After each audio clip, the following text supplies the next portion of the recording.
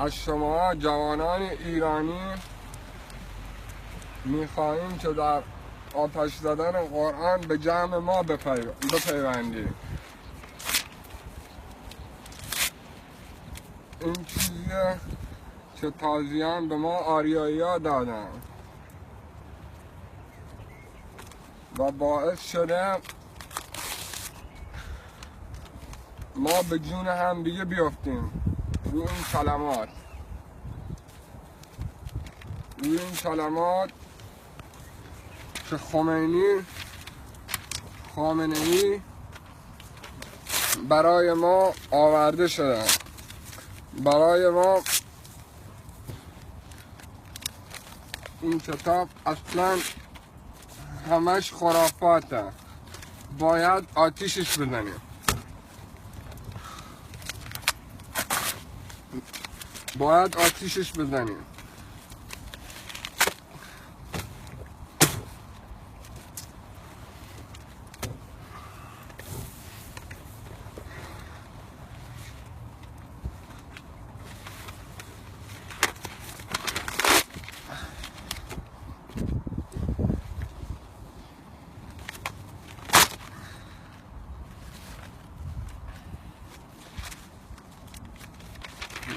ملت من برای این قرآن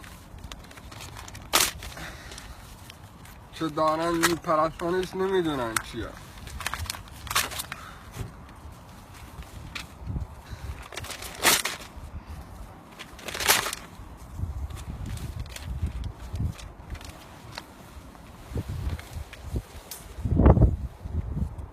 اصلا از این کلمات خیلی نفرت دارن.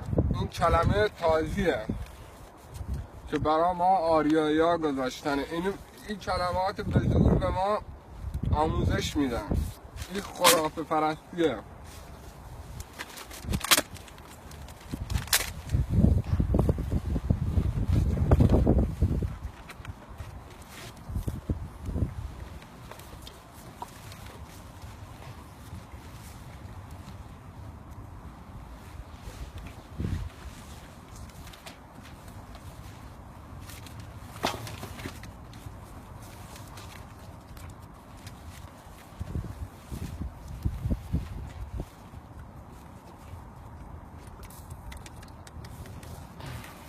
آتیش بگیرن تا لذت ببرن. کلمه عربان که با الله و اکبر افتادن به جون همدیگه. ما ایرانی ها رو آلوده این کردن و آتیشش بزنم تا کل این مسلمان ها ببینن که این خرافاته.